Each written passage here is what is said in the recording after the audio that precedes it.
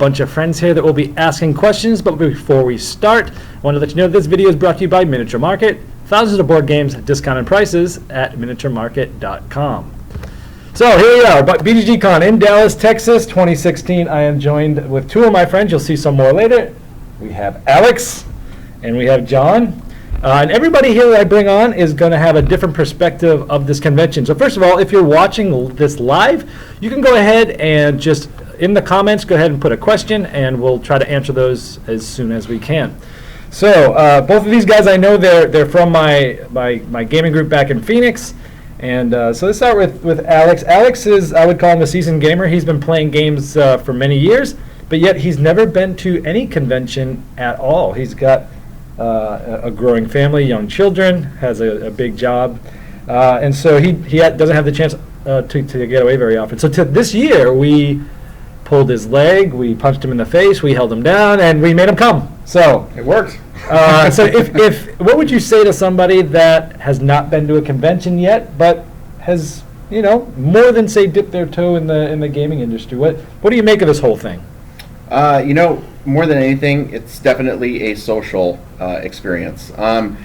So as a board gamer, somebody that really enjoys something beyond the typical Sorry or Monopoly game, you find a lot of difficulty in finding other people that are willing to play. And so from my experience, I really want to be able to go to a convention with somebody that I know. Say I didn't know you or anybody in our gaming group, I would be really reluctant to go to a board gaming convention because I kind of feel like I might not be able to get an experience that I'm going to enjoy because I don't know anybody that I'm going with.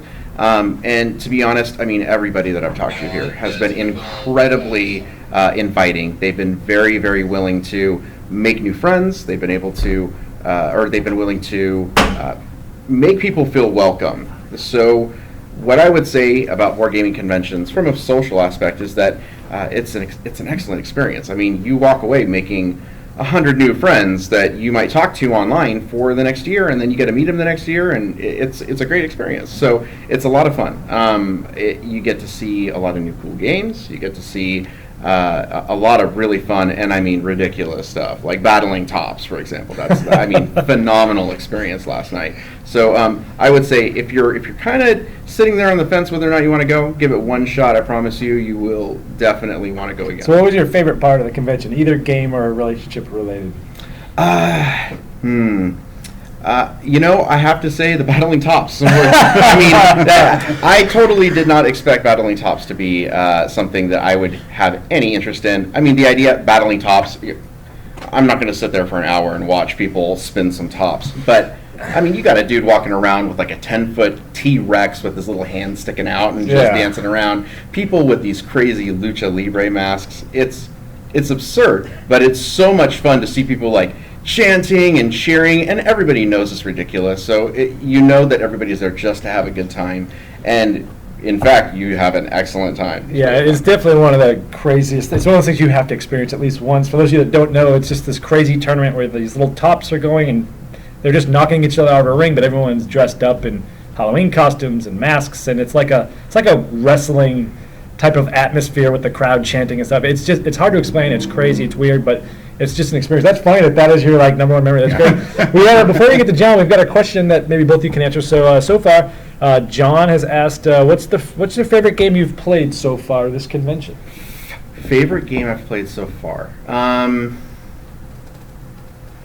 Good question. While you're thinking, and before we get, I'm going to bring John in for this one. Hi, everybody. My favorite game was, we had an opportunity to play some games that were under development by Bruno Cathalis. You got it, Bruno Cathala. And that, he said the Battling Tops was the highlight of his visit. That was definitely the highlight of mine, was to sit down with Bruno and have him explain to us a game that hasn't even been released yet, hasn't even really been marketed yet. And we got to learn it from the guy who developed it. All of our questions were answered. It was a great game. That was probably my highlight. Cool. What about Bruno, hanging out with the guy, phenomenal. Amazing, nice guy. I had a lot of fun with that. So playing those games that he has coming out, he had one, an expansion actually for 5 Tribes, which I mean, changed the game entirely. I thought it was great. Still Five Tribes, but takes it to a whole nother level. Yeah. But from a game that I saw that's new, that came out here, Glux, totally. I mean, Glux, Glux. That's correct. Yeah, so let's bring this up. So keep talking about it. I'm just going to bring it up so people can see it. So go ahead. Talk Glux is one of those games, you look at it, I mean, for me, I looked at it and I thought, okay, this looks like an abstract game. Pretty simple rules. The guy that explained it to us explained it in, 30 seconds. We got started, and I didn't really think anything much of it. But after starting to play it, my goodness, how much fun is that game? I mean, you have to think really, really hard for a game that seems so simple, and there's a little bit of like taking over the other players, things that you're not seeing on the board, and it opens up into this whole game that I never saw on the surface. It's really cool. Yeah, it looks pretty abstract. Is it a real abstract game? Yeah, it is, absolutely. It's nice. They use the same idea of opposite sides of dice, so you kind of know what's there on the table, and you get to have kind of a take that element to the other players in the game when you take over their pieces. Yeah, it's really fun. Cool. Let's see. What's the next? So let's bring John in here. So John is, as I mentioned, he's been a newer gamer this year. I think he just started playing games seriously probably earlier this year. He's been a friend of mine personally for many years, almost 10 now. But for some reason, we hadn't played too many games before. So earlier this year we did, and so we brought you here for your first ever convention at all. So from a person who's just dived into this black hole that they call gaming, what can you give a perspective to the people out here that have not even been to a gaming convention before, but are also really new gamers that might be maybe even fearful of going to something like this? Sure. So just a quick background. I played board games like most people as a child, but I put it away for some reason, and for 40 years didn't do anything with it. And Dan has always been involved with it, but for some reason I didn't express an interest, he didn't invite. That just changed 8 months ago, and I've just gone into it wholeheartedly. What an outstanding community. And here's kind of an interesting thing is, I thought that the gaming group that we have back home was just fortunately comprised of the best people, and I couldn't believe how fortunate I was to get involved with a group of people that are just so open and friendly and communicative and patient with me, and then I come here and I find, holy cow, there's like 1,500 more that are just like that. That was an overwhelming kind of a eye-opener. The other thing is, we've been here 72 hours. A few of them were spent sleeping. Most of them were spent gaming. It feels like we just got here yesterday. What a quick weekend. I thought this thing was going to... I had my doubts as to whether I'd be able to maintain some level of interest in all this for 4 straight days. And, oh my God, I can't believe we're leaving tomorrow morning. It's like, no way, it's too soon. Well, I told you when we were driving to here from the airport, I said, John, it's like Vegas. You won't see a clock, and you're going to snap your fingers, and it's going to be over. Exactly. And he told me that, and I was a little skeptical, but those proved to be absolutely true words. It's exactly like that. I'm just going, let's hurry up and get this done so we can get back to a few more games before we have to leave tomorrow. So what would you say to someone who also is maybe just starting to look at these games and stuff? Would you recommend someone coming to something like this? Absolutely. I mean, this is an opportunity to just nonstop immerse yourself into the gaming world, and that was what I've hopefully been taking advantage of to the best of my ability, is just to sit down and play as many different types of game. I found some styles that I don't like, but that's part of the education process, right? Yeah. Found a lot of game styles that I just really, really enjoy. We played Wasabi, 13 Clues, 13 Days, 5 Tribes I played for the first time. Yeah. That's how new I am to this whole gaming world. But each of them is kind of a little bit different, and getting the chance to play them a lot here has really gotten me to where I almost have favorite genres. I have genres that I don't care for. Who'd have thought that I'd be differentiating? I thought when I first entered into this, well, a board game is a board game is a board game. That's wrong. Well, cool. I want to thank these two for coming. Of course. We're gonna get another person to come here, and in the meantime, I'm gonna answer some of these questions. So one of them is, Dan, will you be at Dice Tower Con next year? I'm dying to meet you, and I will be there. I'm not going to Dice Tower Con next year. You can come on in here. I won't be there next year. I have a certain, I'm not full time at this yet, so I have to pick and choose which conventions that I go to. And the ones that are going to benefit me the most, hey, everybody, this is Stephanie. Hello. Hey, we'll talk to her in a minute because she's been to Dice Tower Con. And she'll be there next year. But I really have to decide which conventions I'm going to. I have a certain amount of vacation each year because I still have a full-time job. And so I've got to decide which ones are most beneficial for me to go. And for me, it's really the big ones. It's Gen Con. It's now Origins, because those are 2 times that lots of games are being released. And as a reviewer, I really need to be on the early cutting side of those. And the Dice Tower Con timing, a couple things. It's usually right around July 4th. Is it July 4th this year, too? I think it's the week before.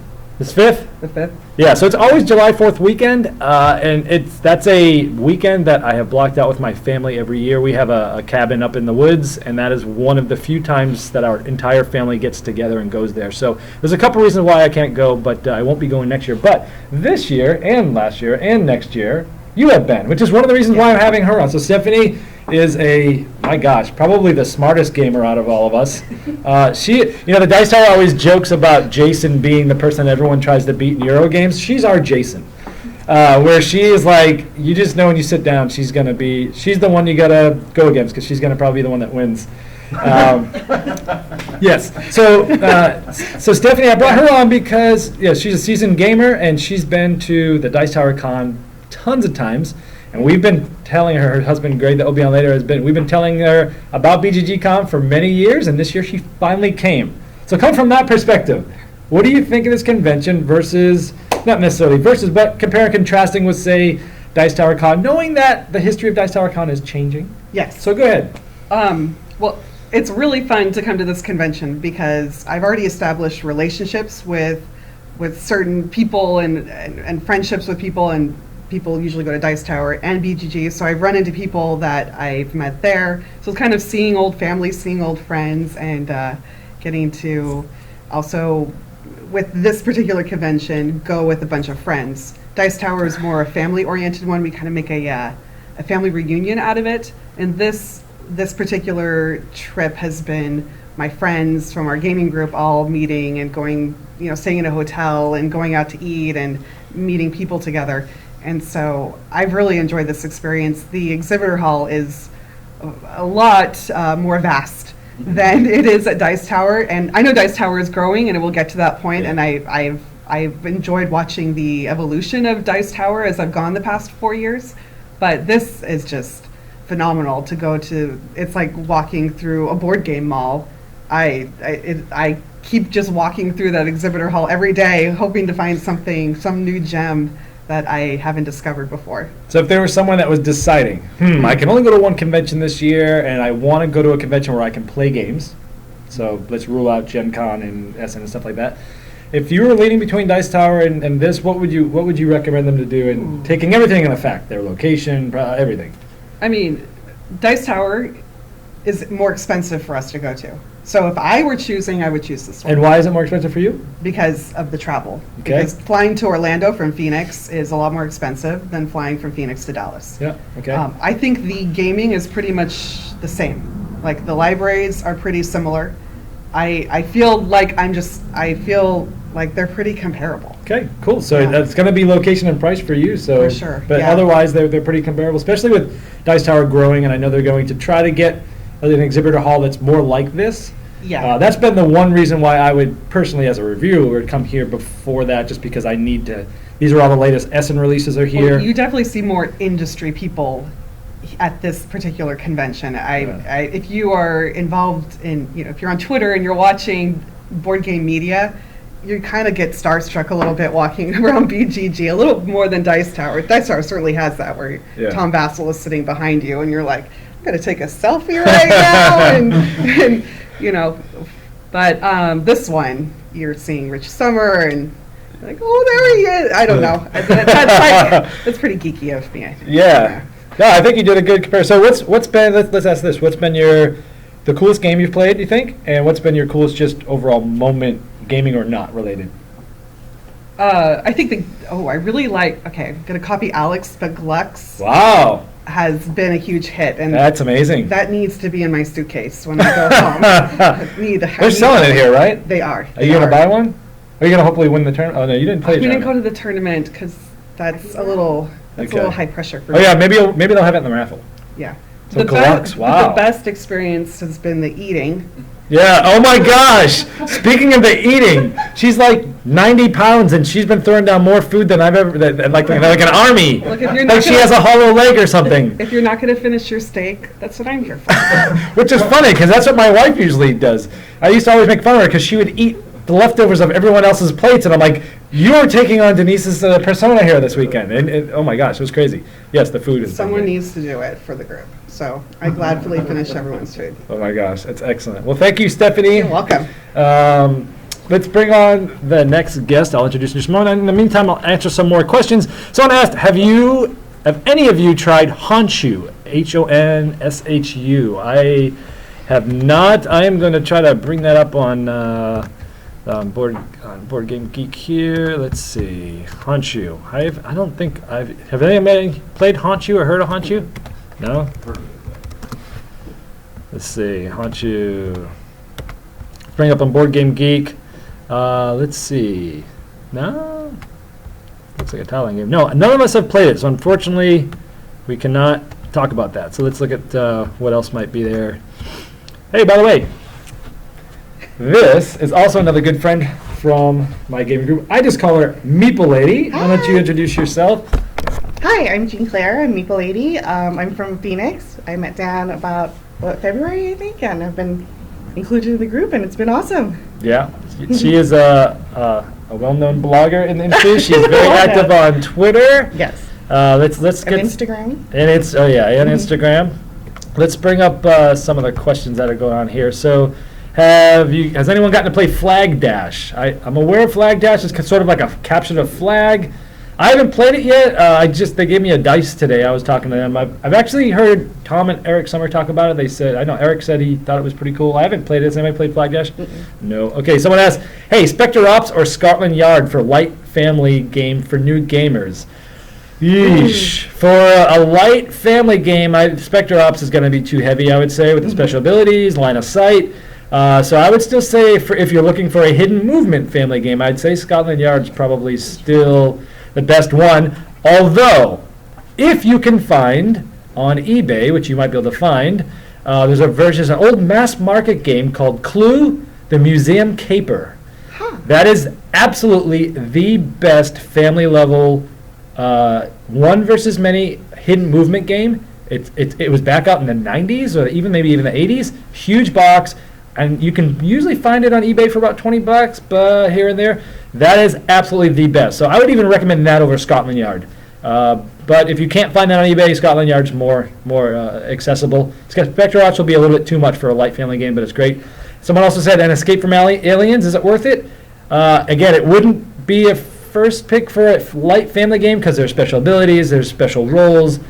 It's good. If they're ready to take that next step, it is a really interesting one where we've all sort of played it, where everyone's sort of working together, or everyone is trying to find out who everybody else is in a hidden movement way. So that's that. So let's talk a little bit. I'll answer some more questions in just a moment. But I brought Meeple Lady on because she is part of what they call Team Geek here. Yep. So if you've never been to BGG Con, there's a team of people running around, helping out like crazy, wearing football jerseys that say Team Geek, and it has like a name on the back, right? Yep. Mine says Meeple Lady on Yours the says back. Meeple Lady. So it's like it's cool because you're walking around, you're seeing all these people volunteer, and you see their name on the back, and then you go, oh, I recognize their Twitter handle, or I recognize their persona online. And you might not know what they look like, but now you do. Tell them a little bit about what Team Geek is and how you got involved and how someone might get involved if they want to. Yeah, Team Geek, we work a bunch of shifts. Basically, if you need any help or you need assistance, we're here to help you. Just find someone in New Jersey, so we're easily identifiable. I've been on Team Geek for 2 years. I joined because I thought it was a great way to meet people. And you sign up before the convention. There's an email on BGG asking, does anyone want to be a volunteer? And I signed up, and they tell you that you have to work 16 hours worth of shifts, so 8 2-hour shifts, and you sign up, and they do a big dinner on the Tuesday night before the con starts, just to get everyone acquainted and meet new people, and it's really a lot of fun. Cool. And so what's been your sort of best game that you've played and best moment of the con? Ooh, actually, yeah, it's just hanging out with you guys. I love discovering the hot new games because this is a great convention after Essen. All the new releases are here. There's a hot games area on the ballroom there, and I love the new games like Terraforming Mars, The Colonists, Great Western Trail. So that's like... You like that one? Yes, I do. I've heard it's really good. So I'm a heavier gamer, and I love those types of games. Actually, so since you're talking about those, there is a question that I wouldn't even be able to answer that you probably can. So one of the questions was Great Western Trail versus Terraforming Mars. Which theme comes through more? Ooh. And I have not played either of those. I tried to get into demos of both of those while here, and Bonacore's booth has been slammed. I guess it would be Mars thematically. You know, you're trying to get things to grow or trying to complete objectives and trying to get resources, but I love both of them. They're both different. There's the card drafting element in Terraforming Mars that makes it really cool, but then there's also the deck building and kind of rondel mechanic, but on a map with Great Western Trail. Yeah. Yeah. And then what about just in general? What did you think about any non-gaming things that was your favorite part of this? My favorite part actually is just meeting up with all the people that I've talked to on Twitter and have, gaming with them, seeing them in person, and I still get starstruck by like, oh my God, it's you from online, and everyone's just been really cool. It's a great way to meet people and game with them, and everyone has just been really awesome. That's awesome. Meeple Lady, where do people find your blog and your? My website is Board Game Meeple Lady, but if you just Google Meeple Lady, you can see me on Instagram, Twitter, and say hi. All right, that is Meeple Lady. Awesome, thank you so much. Cool. We'll bring on Greg. Come on over here. We're going to answer some more questions. Someone just wrote in as a question, two-player games. I don't know what that means, but yes, I love two-player games. Let's see. How does BGG Con rank up there among the other cons you've been to? So many of you have seen Greg before. He's been on another Q&A after Gen Con. You went to Gen Con with me this year for your first time. And we did a live Q&A afterwards. You've been in a couple of my playthroughs.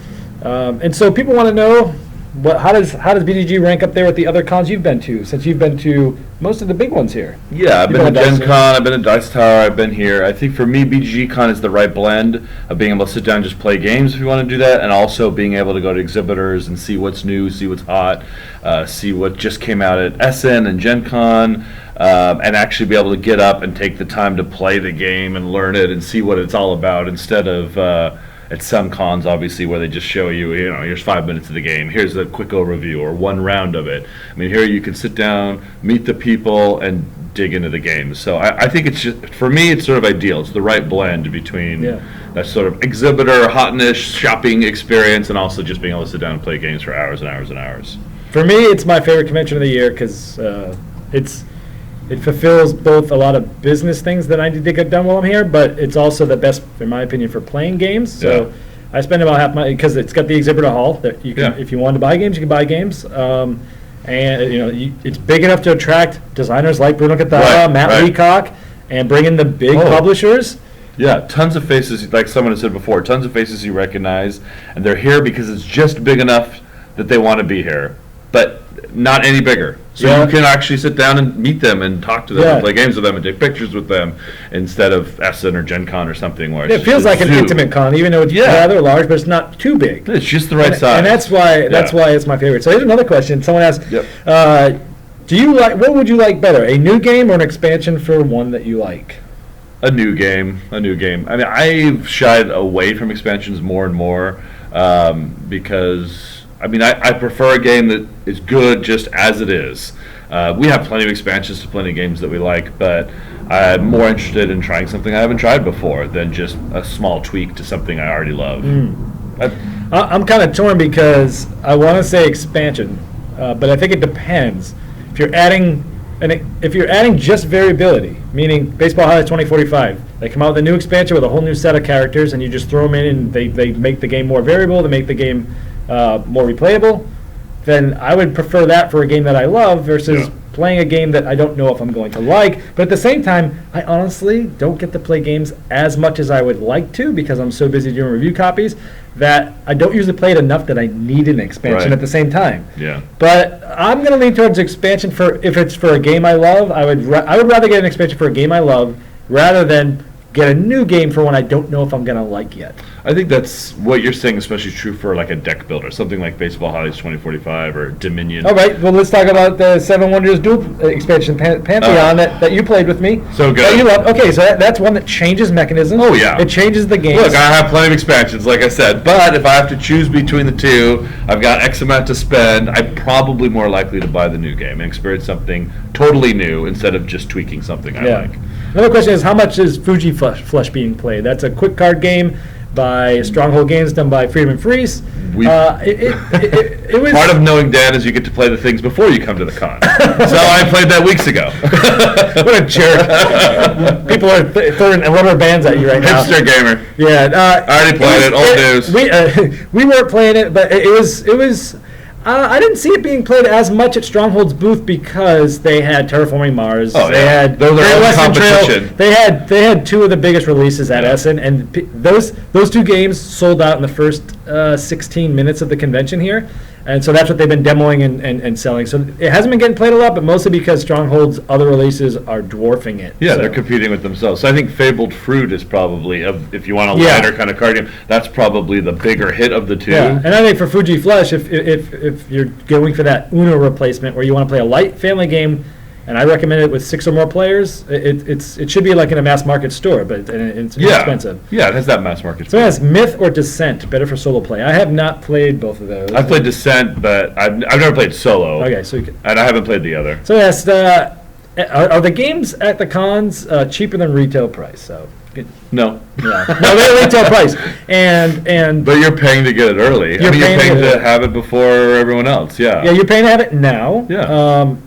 And the thing is, when you come to a convention, the reason why they do that is it's very expensive for publishers to come here. No, these booths are Not like- only is it to the booth, but they have travel. Yeah. Most of these publishers have 3 or 4 or more people demoing games for them that they have to that they don't have to, but they usually offer. They might pay for the room, pay for the possibly ticket, travel, yeah. probably a ticket. So there's a lot of expenses that go into putting on a show, and so yeah, they're going to be selling it at retail. So. It is at retail, but for good reason. And if you're gonna buy things at retail, this is a great place to do it because you can get it now. You can play the game and get it Yeah. right then. Yeah. I have not played Insider, although I heard about it. Insider? Yeah. So I have not played that one. Oh, did you play Black Orchestra? I did play Black Orchestra. This is a cooperative game. Let me bring it up on Board Game Geek here. We will bring up Black Orchestra. So Black Orchestra is a cooperative game where it's a historical game, which I tend to really like, about World War II, where there was the Gestapos that were German, that were trying to overthrow Hitler and kill him. And so in this game, cooperatively, you're going around and you're gathering different items, you're gathering these different plots, and you're literally trying to time it exactly when Hitler is where you need him to be, have the right people where they need to be, have the right equipment, and try to kill him. It's really cool. Sounds like Inglourious Bastards, the game. I'm in. So I have played it. I am ready to review it, and you'll be seeing that soon. So it's very thematic. It has a lot of dice rolling, and it's Okay. very hard. You said co-op? It's cooperative. Yeah. If you like, Sounds fun. It's very thematic. If you like a game that at the end you can talk about a story of things that happened and not really care if you won or lost, I think you'll really like it. If you don't like playing a game that could go 2 hours and it ends on a dice roll, then you might want to stay away from it if it's all about the winning. 2 hours? It can. Okay. So you'll hear more about it. It can be very quick or very bad or very long, depending on what happens. You So- mentioned games that you have a story to tell afterwards. We played Pursuit of Happiness the other day, which is one of those. Speaking of Stronghold again, what are we, the Bonacord plug channel here? Apparently, check out the badge. Uh-oh. He's gonna make gaming great again. But the Pursuit of Happiness is great that way. It's like the game of life for gamers. Euro style. And I was like some hoarder. I had a swimming pool and a house and a car. You're like, you choose how you want to live your life. I was a surgeon who couldn't buy enough stuff and didn't have time for a relationship either. I'm going to bring Alex on here for this question. So we have a question about budgeting. So they said, what is your budget for buying games when going to a convention like this? Let's slide over and let Alex in. So both of you, either of you guys can talk about that. Your budget so since this was your first one, did you have a budget? So I didn't set a specific amount of money, but I did make the commitment to not pay retail for anything, even including new games. So for me, I'm the type of person where I'm okay with not buying something the week it comes out or when it's really hotly in demand, mostly because both of you own it. So the most important thing for me is to get some games that I'm going to be able to take home and play with people in my family, play with friends that aren't really gamers, and get them introduced to the world of board gaming. This convention has opened my eyes into the reality that it's one of the best places to find that stuff, because I mean, you've got this incredible library of things, you get to try them, and then when you have the flea market that happens, you've got this huge bazaar of a bunch of things that you can buy at a hugely discounted rate. So for me, I think I've picked up 10 games and I've spent $100, I think, in total, and I mean, they're solid games. So for me, as a budget gamer, I think that this is a really, really awesome place to be, unless you want the hot new stuff. Yeah. And of course, you get the opportunity, if you're on the fence about any of this stuff, to really to test it out in the library before you buy it, and then you can make a really educated decision on that. And the fact that there are a bunch of people that are willing to teach anybody anything, it gives you that really good option that you know you're making a good decision with the money that you brought. What about you? You got a budget? How did you do it? Yeah. I have a feeling that if you did have a budget, you blow it every year. I'm just guessing. No, I mean, I don't come up with like a number, but like you said, there's deals at the flea market. You know, if it's a deal and I want it, you buy it. I mean, obviously, because by definition, it's a deal. Pick it up, right? As far as new games, I think we've bought one or two. I mean, very little actually. You know, con's not over yet. We'll see what happens. But I think as my collection grows, I'm more and more selective. I'm trying not to just hoard everything all the time, because I've been doing that for years. But I think this con has the best of both worlds. It has the flea market, it has the virtual flea market ahead of time. There's lots of ways to get deals if you want them on slightly older games. But it also has the new hotness if you want it and have to have it now. And they have a hot game section, which is nice, where you can sit down and play the games at a time. They're demoing them in the exhibition hall. Some of them are in the library already. So you have plenty of chance to expose yourself to it and then make an educated decision as to whether or not you want to pay, full retail for it. So We got a question from Narani. Narani from she's actually back home. She's one of our buddies. She came last year. Yeah, she came last year with us. She wants to know what is the hottest game that you've played since you've been here. That's, I think, something you the other people all said Glux from Queen Games, and that's what you're saying. Of the sort of lighter games that I've really enjoyed, like Kanagawa, Glux, Eternity. Those were all really good. Really impressive games. We got to play something that's not out yet called Alien Artifacts. Gen Con 2017 is going to be released by Portal Games. That was a cool 4X game that was very quick and streamlined. Just a fairly fast playing card game for like a 4X game. But I could tell there was a lot of meat on the bone. There's a lot of depth there. And Narani, I think you might like that one.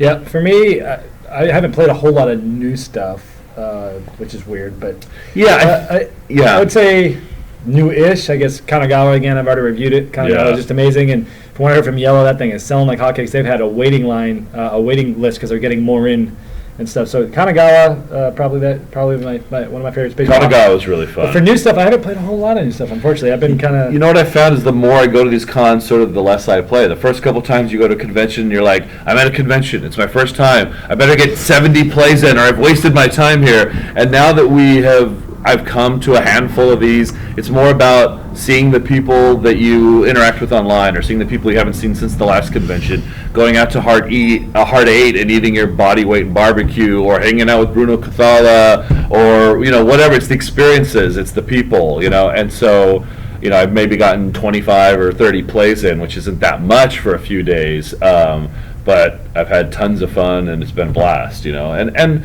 the rare chances to do things like play games that aren't out yet, someone else mentioned earlier, is worth it. So, sure. Someone asked the new edition of Robinson Crusoe better than the original one. I haven't have not played it, yet. but I have talked to people that played it and said I mean, one of the biggest complaints people got with the original one was the rule book was not very good. So I know it's been completely redone, and I've talked to people that have played it and said, whoa, this is ages better. So I think from a game perspective, it's, other than the box size being changed and the rule book being changed, it's pretty much the same thing. Pretty much the same. But if you do not have a copy of Robinson Crusoe, obviously that's the one to get, because that's going to be I still have not played. I've been trying to get a hold of that. But speaking of Narny, we've played it a few times with Narny. Thank you for teaching it to me, Narny. And it's a great game. And so if they've improved the rules and streamlined it and fixed it up a little, that's you should buy that. That's a great co-op. I'm not a big co-op fan, but that's one of the best. Yeah. Someone asked in regards to starting a YouTube channel, any recommendations, and how do you get such good production? You have to be handsome like Dan. Yeah, right. First. No, I mean, get to at the Texas Tabletop Convention. There was a panel, and I answered that in a very well thought out, logical way that I'm not going to try to repeat. Video. I will put the link to the answer. I'll put the link to that long-winded answer in the description of this video after it's saved. So come back to this video in a little, maybe a little bit over an hour, and I'll put a link in there, and you can watch my really long answer to that, because high quality, high energy. Dan's looks. No, they thought I was going to be the next JFK after I said that, because it was like a I'm confused. It was like a motivational speech on stuff. So anyway, don't ask what your YouTube channel can do for you. That was what that's what they were saying. Yeah, gotcha. It's one of those types of things. So, hey, we have someone from Spain that says, we see you from Spain and we love your videos. Awesome. I was checking them. Thank you from Spain. But they also ask, we want to hear your advice for a group of 8 people who likes Avalon and One Night Werewolf and Deception. Secret Hitler. And they want to know, they bought Captain Sonar and Panic on Wall Street for New Year's. Any other game with that amount of players? You mentioned Hitler earlier, Secret Hitler. And they say they don't want Dr. Panic. Okay, so they're looking for that, so they like Avalon, Ultimate Werewolf, Captain Sonar, Wall Street. Any other games with that amount of players? You just go ahead. Secret Hitler, yeah. Secret Hitler is great. Working. It's sort of pre-World War II. He's trying to get elected. He's trying to gain power, and you're working together to try to thwart that process. And it's a hidden role social deduction game. Very elegant, very streamlined. I think it's almost like a. Oh no, this is awful to say. Avalon killer for me. I mean, it's fantastic, and it fits right in that list that you've mentioned. Deception, all those games. It's right. It's social deduction, hidden role. Really cool graphic design. Our group has really enjoyed that one. Yeah. We played another one. It's probably a little bit. Coming to the fray. We probably can't find it if you're in the States much, but if you're out in other countries, it might be easier to get Mayday Mayday. Yeah. We've played that. We absolutely love it every single time. Yeah. You do need to have the right group if you like games like Panic on Wall Street that are really crazy and there's a lot of stuff going on and people are really it's high tension. Mayday Mayday is fantastic. Getting the reaction out of people where you're inciting a sense, another side of people that you probably don't see very much in games is awesome. I love it. People get really, really heated in the game, so you need to be playing with people that you feel really comfortable with, and you can walk away and still be friends after a game. So if you've got the wrong person, it can ruin it. But Mayday Mayday, I mean, I think that's my favorite in the group. It takes a little longer than some of those to play, which is a good thing, which seems counterintuitive because you get that much more invested. You're 45 minutes in, you're like, we got to get this right, and so that's why it starts to get heated, but in a good, fun way. And we have to also mention Dead Last. I have to mention Dead Last. Oh, Dead Last, very good. Smirk and Dagger, right? Yeah, Smirk and Dagger. It's a social collusion game, so it kind of takes that genre and flips it on its head, and I've had a blast with that one as well. I think it goes up to 12. So, I mean, and you could play it with like 4 or 5 as well. It has a wide player count range, and we've had a lot of fun with that one also. So, there you go. We've just spent 60 of your dollars. And you didn't necessarily mention social deduction games, but so I'll go off on a little bit of a tangent. So, 8 or more players get 2 packages of Happy Salmon. Well, they mentioned Avalon, right? But Deception, they also did Captain Sonar, Panic on Wall Street. So I think there's right. So 2 packages of Happy Salmon. Another one that rumor has it though, there's a Happy Salmon expansion maybe coming out with 6 new colors. So I think they're going. You can buy 2 packs and do it that way, which works. But I think they're also going to at some point make available 6 new colors, and you'll be able to play with 12 different colors and play up to 12. So someone says his First Martians here. First Martians is a game coming out by Ignacy Trzewiczek at Portal Games. It basically takes the engine that he built with Robinson Crusoe and puts it on Mars. And it's not. It was originally supposed to be in Essen, but it's not going to be till early next year. I think the end of the first quarter next year. So it's not here yet, but it'll be out early next year. Which version of Pandemic do you consider being the best? I'll go first on this one. My favorite way to play Pandemic is Pandemic with the In the Lab expansion. I like Pandemic. It is what it is. It's super popular. It's you know it says it for itself. The sales that it's had and all the expansions and stuff. For me, the base game, it's fine. I don't like the fact that one person has to have all the 5 cards in order to, or all the cards to cure the disease, where In the Lab gives it a more puzzly look, and you can actually work on the diseases together, and there's some puzzliness to it. You're trying to go to the lab and do all these crazy things and mix stuff, and to me, that took that game from a good game to one that's excellent. So it's the base game with just the In the Lab expansion. And you just bought Pandemic while you were I here. just bought Pandemic for $8 for those of you that are on a budget and looking for something that's a good deal. Great deal. I bought it because I haven't actually played Pandemic before except on the iPad, and so I've got very limited experience with it. However, I will speak for Contagion. A lot of people don't seem to the like card it that game? much. Yeah, it's a small dice and It's a cards. spin-off. It's a standalone game. Yeah, and so it doesn't really fit in with the expansions of Pandemic, but I love that one. I think that's a lot of fun and real quick. I think of the Pandemic games, my favorite is Eldritch Horror. Oh wait. No, but if you're looking for a good co-op, play with Eldritch Horror. Pandemic's the best is Pandemic Legacy with Narani, who was commenting earlier. I mean, sorry, never mind. Not a big Pandemic fan, but Pandemic Legacy was really fun. Another question is: have you played Mea Culpa from Essen? So that's a game from Zoc Verlag. I've been trying to get a review copy of that. I haven't yet, so I have not played it. I did see it in the library, but I haven't had a chance to play it, so I can't answer that. So that's pretty much it. I think we've gotten through a lot of questions. We've been on for about 45 minutes. So from BGG Con, we would like to thank you guys for watching, and we'll see you next time. And we will end up with telling you about the Review Corner. This is from Miniature Market. The Review Corner provides you written, audio, and video reviews on Miniature Market's website that has thousands of board games, discounted prices at miniaturemarket.com. And we will see you guys all next time. Bye. Bye.